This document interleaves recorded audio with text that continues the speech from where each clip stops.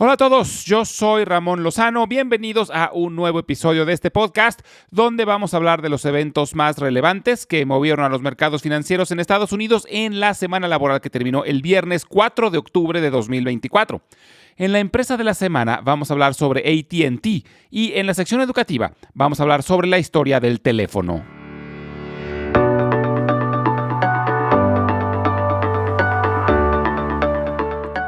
Fue una semana muy volátil, pero los tres principales índices lograron rescatar una muy pequeña ganancia que fue suficiente para que el Dow Jones y el Standard & Poor's 500 lograran nuevos máximos históricos.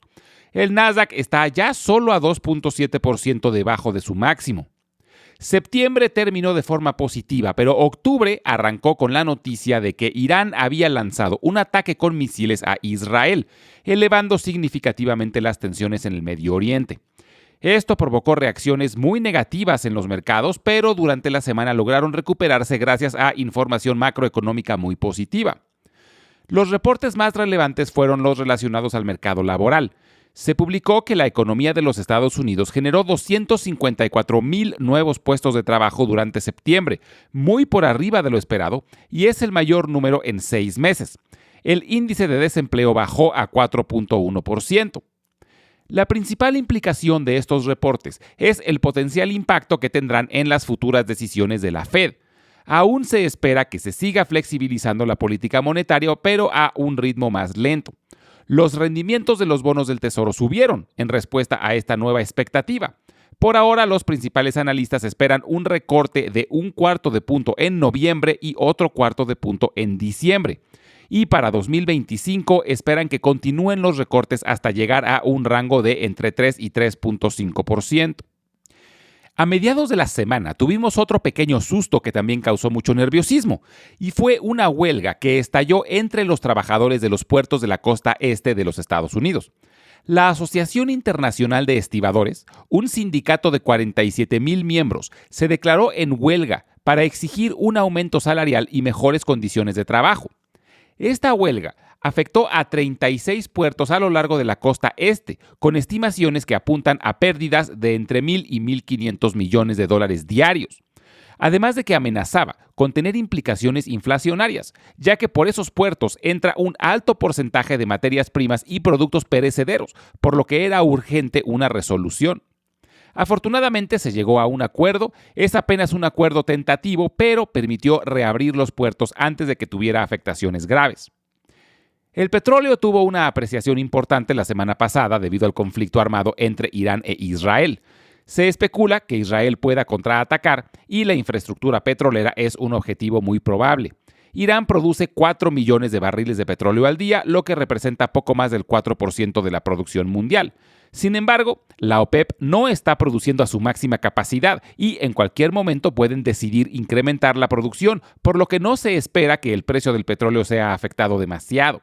Además, Arabia Saudita, que es el líder de la OPEP y principal productor de esa zona, no tiene buenas relaciones con Irán, por lo que no tendría problema en suministrar el petróleo que Irán deje de producir. En temas microeconómicos tuvimos un reporte desastroso de Nike, que mostró una caída en sus utilidades del 26%. Esta caída fue causada principalmente por debilidad en el mercado chino y también a que su estrategia de venta directa al consumidor a través de Internet no tuvo los resultados esperados. Están trabajando para fortalecer de nueva cuenta sus alianzas con empresas de retail en un esfuerzo por recuperar terreno. Esto probablemente beneficie a empresas como Foot Locker y Dick's Sporting Goods. La próxima semana, Nike cambiará de director general. John Donahoe dejará el cargo y será reemplazado por Elliot Hill. Levi's reportó números mixtos. La marca Levi's tuvo un buen desempeño, pero otras marcas que son propiedad de la empresa no tanto. Están tratando de vender la marca Dockers, que fue la que peores resultados tuvo. McCormick regresó a la senda del crecimiento, tuvo un boom durante la pandemia debido a que más gente cocinaba en casa, pero sufrió cuando se levantaron las restricciones a la movilidad. Ahora está creciendo de nuevo, en parte debido a que la inflación ha hecho que comer en restaurantes sea más costoso, y McCormick se beneficia cuando más gente cocina en casa. Finalmente, Constellation Brands, la empresa distribuidora de las cervezas Modelo y Corona, reportó números por arriba de las expectativas. Las ventas de vinos y destilados siguen sufriendo, pero las ventas de cerveza estuvieron muy robustas y con muy buen margen. Esta semana tendremos información sobre la inflación con la publicación del índice de precios al consumidor y el índice de precios de productores, y también se publicarán las minutas de la última reunión de la Fed. Además, durante la semana arrancará la temporada de reportes correspondiente al tercer trimestre, y como suele pasar, empiezan algunos de los grandes bancos. Esta semana reportan JP Morgan, BlackRock, Bank of New York Mellon y Wells Fargo. También tendremos los reportes de PepsiCo, Delta Airlines y Domino's Pizza.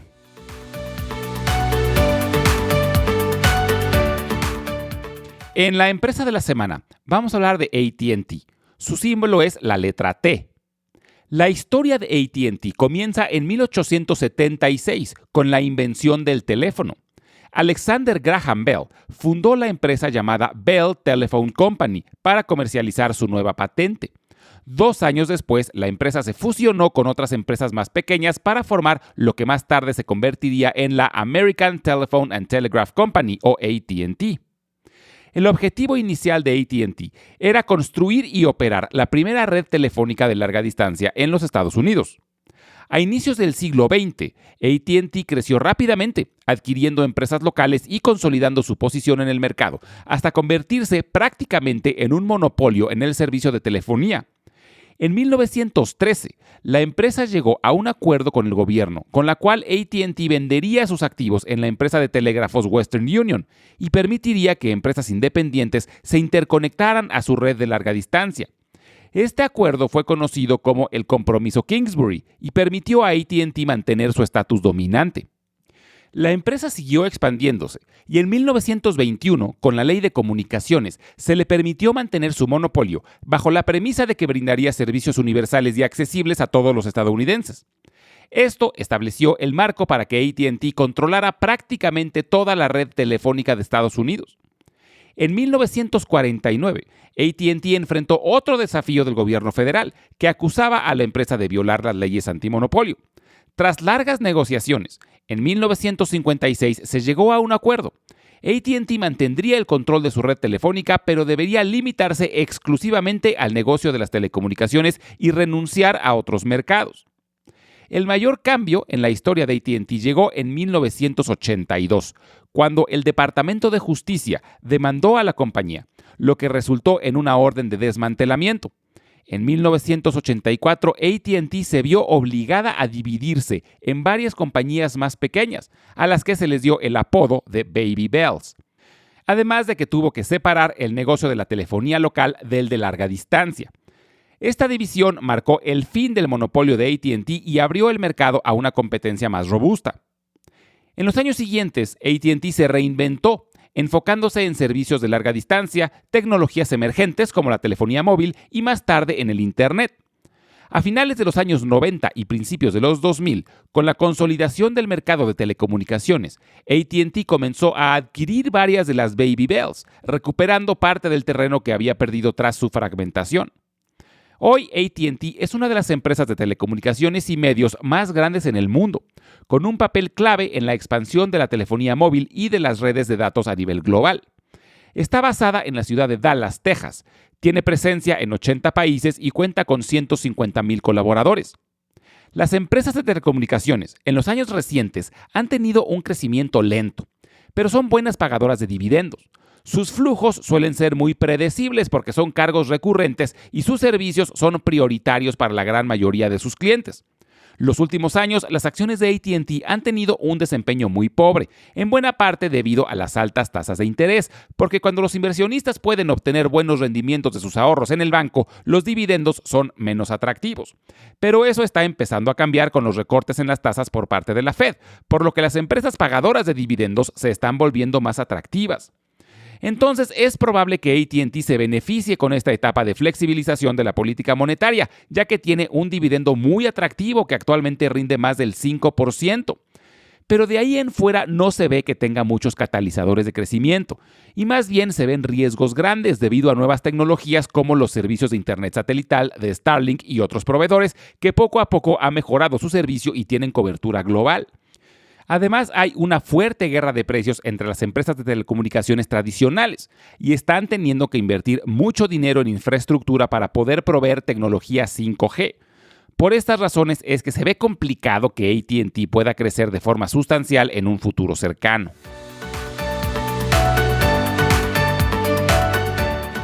El invento del teléfono cambió la historia de las comunicaciones humanas para siempre. Es generalmente atribuido al escocés Alexander Graham Bell, debido a que fue el primero en patentarlo en 1876. Lo que pocos saben es que 20 años antes, un humilde inventor italiano llamado Antonio Meucci ya había construido un prototipo funcional, pero no pudo patentar ni desarrollar más su invento debido a dificultades económicas, lo que abrió la puerta a que otros se llevaran el crédito. Según la historia, Antonio Meucci y su esposa, originarios de Florencia, emigraron a América en 1835. Pasaron primero por Cuba y finalmente llegaron a Estados Unidos, donde se establecieron en la ciudad de Nueva York. En 1854, la esposa de Antonio Meucci quedó inmovilizada debido a un severo reumatismo que le impedía moverse de la cama. Este fue el catalizador que llevó a Meucci a crear un aparato para conectar su oficina en la planta baja de su casa con su habitación en el segundo piso para poderse comunicar con su esposa. A su nuevo invento lo llamó teletrófono, pero no pudo patentarlo debido a falta de recursos. Pero sí presentó un aviso de patente, que es un documento conocido como caveat, que es una especie de protección temporal, por lo que sí existe un registro de ese invento. Curiosamente, sí patentó otros inventos que él creía más redituables, como un filtro para depurar agua y el uso de la parafina para fabricación de velas. Durante años, Meucci buscó patrocinadores que pudieran ayudarle a desarrollar y comercializar su invento. En su desesperación, envió un prototipo de su invento a la empresa de telégrafos Western Union, pero nunca logró que le dieran una reunión con los ejecutivos. Según los relatos, cuando Meucci solicitó que le devolvieran sus materiales, le informaron que estos se habían perdido.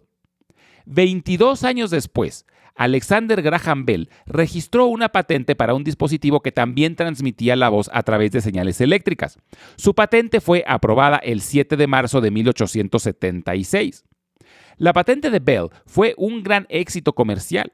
Firmó un contrato muy lucrativo con Western Union, la misma compañía que había ignorado a Meucci. Poco después fundó la Bell Telephone Company, que luego evolucionaría y se convertiría en AT&T, una de las empresas más influyentes en la historia de las telecomunicaciones. Cuando Meucci se enteró del éxito de Bell, intentó luchar por el reconocimiento que creía merecer. Contrató a un abogado para que presentara una queja formal ante la oficina de patentes, pero a pesar de su esfuerzo, el caso nunca avanzó. Existen muchas teorías y leyendas urbanas que dicen que Bell sobornó a la oficina de patentes y hasta a los abogados de Meucci para que la demanda no avanzara, hasta que finalmente el caso fue cerrado en 1889 debido a la muerte de Meucci, que nunca vio el reconocimiento de su talento. Pero a pesar de su muerte, su legado no fue completamente olvidado. Durante muchos años, la comunidad italoamericana luchó para que se reconociera su contribución. Finalmente, 113 años después de su muerte, en el año 2002, el Congreso de los Estados Unidos emitió una resolución formal en la cual se honra la vida y el trabajo de Meucci y se le reconoce como el verdadero inventor del teléfono. Aunque este reconocimiento llegó demasiado tarde para que Meucci pudiera disfrutarlo, su nombre quedó grabado en la historia como uno de los grandes pioneros de las telecomunicaciones. Como siempre, les recuerdo que todas las transcripciones las estaremos subiendo al blog que se encuentra en Substack, al que pueden acceder directamente desde la página www.ramonlog.com. También los invito a visitar nuestro canal de YouTube, donde estaremos subiendo los audiogramas y videos educativos. En YouTube los pueden encontrar como Invertir en la Bolsa Podcast. Finalmente, les dejo mi correo electrónico por si tienen alguna duda, comentario o sugerencia. Es ramonlog@yahoo.com. Muchas gracias y nos escuchamos en el próximo episodio.